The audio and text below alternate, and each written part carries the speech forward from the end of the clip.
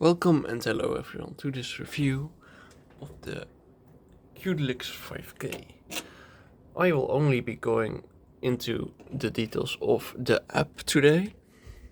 As you can see, I already have it connected. And I will have a part 2 to this video where I will go more into detail about the Qudelix 5K itself. It's been around the market for like 2 years now, I believe. And it's gotten a lot of praise for good reason, and one of those reasons is the app. Well, as you can see here, I have the battery. Oh, hello. I have device, battery, power, miscellaneous, and about version, Qudelix Online Store, Amazon About Us. Miscellaneous, this is where you can configure the power button. As you can see, you can lock the buttons, and here are explanations what each single thing does. This app is amazing. And here, down here, you can choose the LED mode. I have that on always on and on brightest 1. If I do this, it gets brighter.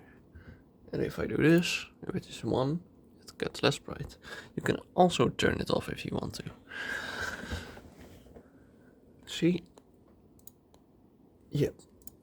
So I have it on just so I know if it's on, without having to look at my Bluetooth settings. So yeah, it also has a microphone, which is kind of trash apparently. My source is people I've called with while using the Q5K. I have auto power off. I have set it at after 10 minutes, although I could use 5 minutes to be honest. Nah, 10 minutes. Alright. You can change the auto power mode.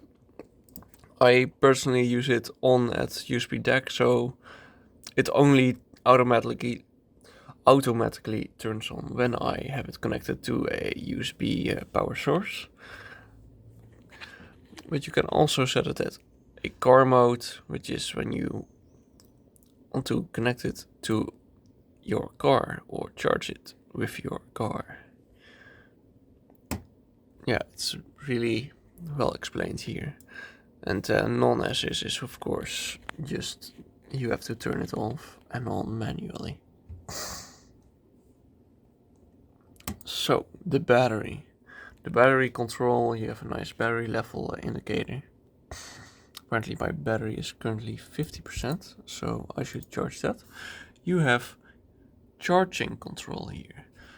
It's currently getting its power from the USB 3 bus, which is 5 volts DC, but I can turn off the charging, so it will stay around this level all of the time, unless I turn it off. Then it's going to go down naturally over time. So I will turn that on again because I want it to charge. And here you have a battery limit. I have read on the internet that putting it at 80% instead of 100, because you know how lithium-ion batteries work, they degrade over time. Putting it on 80% instead of 100 already guarantees extended battery life of like 1 year. Unless of course something else happens, external forces, and the battery dies early on. But yeah, this basically gives you more battery life down the line. And here you have a safety warning. You can also see 5 volt 1 or 2 amps, PC USB. You don't want to use 9 volts. Yep. This thing could be a bomb. Oh no. Okay, before I seen this. And here we have the Bluetooth. I just switched from device to Bluetooth. And as you can see, we have even more options. So we will start in this. I have no idea what this means. Oh, this means state. Okay, yeah. I haven't used it for a few hours now in Bluetooth because that's why. State, active state, it's currently not, the Bluetooth is currently not on because it's connected as a USB DAC right now. And I can show you, it's currently at 96 kilohertz. These are the options. This will always be the same for everyone unless your PC does not support 96 kilohertz for some reason.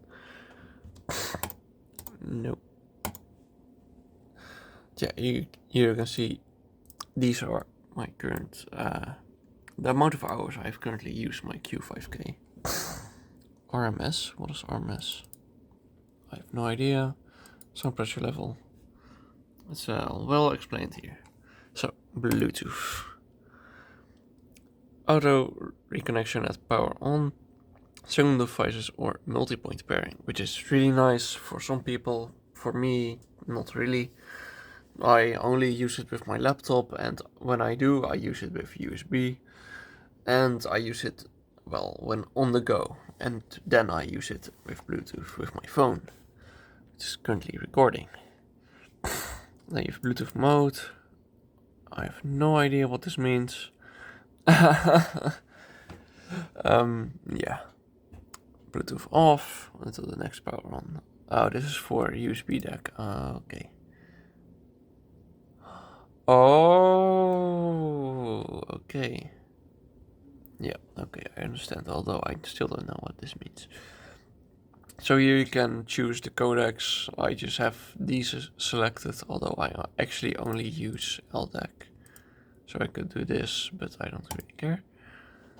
So we also have audio latency. I have it on stable, but this is basically, for example, if you want to game while on Bluetooth, for example. And you have here the frequency. Apparently, because I am a person that really cares about my battery life, I want this thing to last as long as possible. So I have my LDAC set at 44.1, 48, or 882. So the device will restart. Okay, I don't care. But yeah, this is this saves battery apparently compared to using this, and basically doesn't really sound that different. There's also LDAC acceleration mode. Yeah, basically everything in this app is really well explained, and there's a lot of options, and it's really nice. So as you can see here, you have the USB DAC frequencies. So you can choose. Yeah, you can also just not get this with your PC, just get a Qudelix 5K, you will have a microphone, even if it sucks. It's funny, I should test that soon. Not in this video though. I'm not gonna test it. Because it sucks. But it's alright, it works when people can still hear you when on a call, for example. Here you can have your mic settings. Personally, I tried these, but they didn't work, unfortunately. It's kind of like ambient mode, at least that's what I understand. Ambient mode on like something with ANC. But nah, these did not work. Turning them on did nothing for me, even while on a call. Just said you can put your input source priority. And here you have your volume controls. This is the volume my DAC is at. With the natural volume, I use them with my oracles, which I have here. Gladiator cable coming soon, so I will be reviewing these finally, because that's what I'm waiting for. Because I hate the stock cable, and the connectors have bent, and yeah, cringe. So here, output profile, source volume, I have no idea what this is. This is the second source, I think, maybe. So, we here have the volume limits. Never change the tone volume. That's what the sound is when you turn it off. Okay, so when you have, say, your IEMs in your ears and connected to the Q5K and you turn it on, you'll hear a little noise, so you know that it's turned on, and not so you just have to look at the funny lights. And you will also hear that when you turn it off. So, with how stupid I am, I thought, okay, I want everything to be maxed out. So I did this. And now I am deaf. Just kidding, I am not deaf. But I was almost deaf. And I hate it. You also have these very, very many options. Wow, this is already an 11-minute video. That's amazing. But yeah, that's the volume control. In the mobile app, it looks a bit different. You have 2 sliders, like one here, and then this is the screen. And one will be your volume slider for your phone's Bluetooth, and one will be the DAX gain slider. And mine is currently on this. So the DAC amp. As you can see here my DAC amp settings for my Qudelix 5K. I have the profile and performance, output power on normal because high is not necessary for IEMs or easy to drive headphones, for example. You could also choose output selection mode. I use balance, but you could also just leave it on auto if you want. QX over is for a Qudelix IEM that they sell. It's it's interesting. And then you also have distortion compensation, and you can swap the channels if you want to. If you're into that. So, filter. I have mine on NOS, which I heard was the best one, at least I was told. I have also tested the others. I did not really notice a difference, but if you yourself get a Q5K, you can always test all of these. But yeah, I use this. And the output mode. Here you can here have your gains, trims, QX over. Yeah, this is all QX over. So this is all for their own products. And here you have DSP. And this is kind of the EQ section. One of the best reasons to get the Q5K. And also, if you have the PC app, because this is not on the mobile app, you have a Squiglink, an IEM frequency response database, but it also has headphones. For example, I have here the AKG K361 measured by listener. It will generate a new link, and here it is. Listener uses a IEC 7 lever coupler and a funny pin something, so it's not accurate above 3K. Yeah, you have this, which is extremely useful for looking up tonality. But yeah, if the reviewer or the measurer mentions the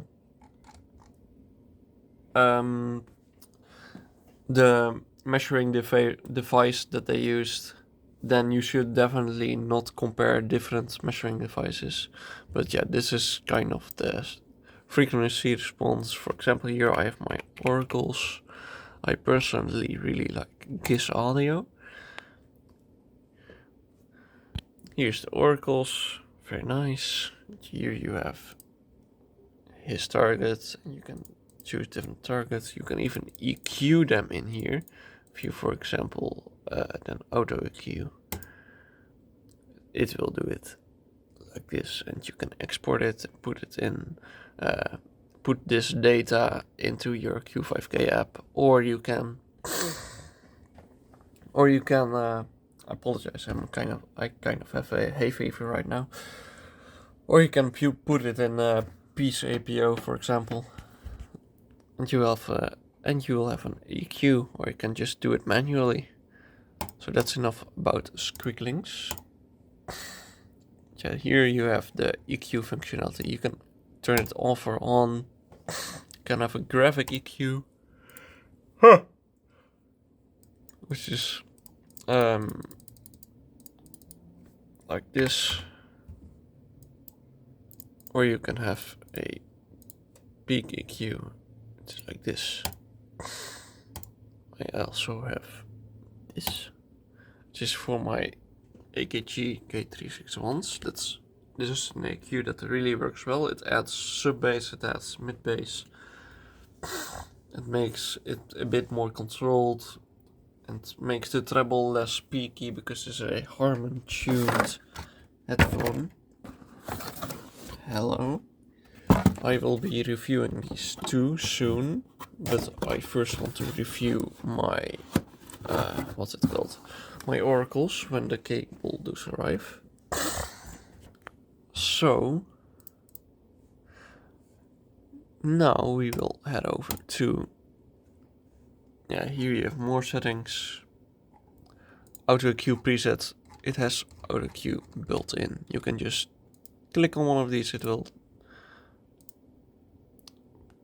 it has EQ'd them.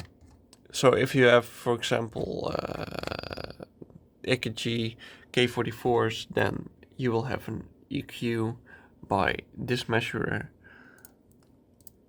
that supposedly should make them better.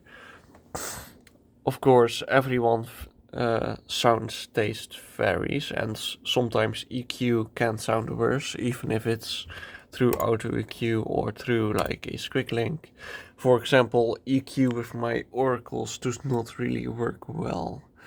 I've tried many EQs, even by people who are really good at it, with my oracles, and they sound...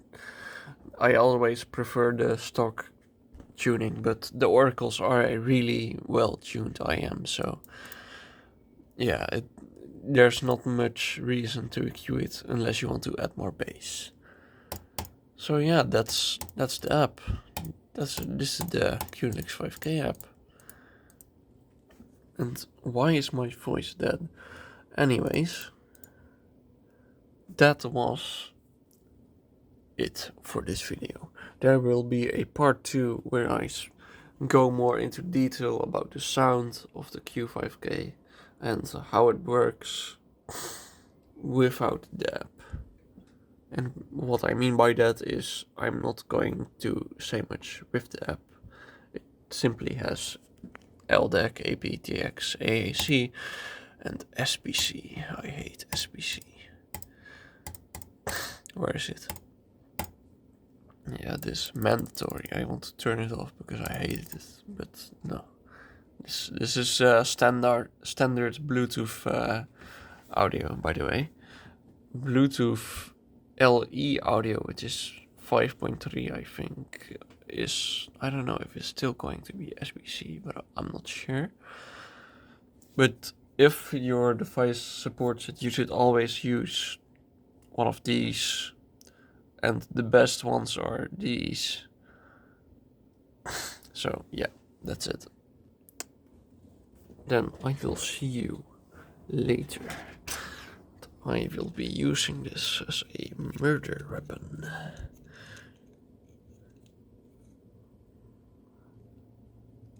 By the way, this thing is cute. Look at it. Tiny cute little logo.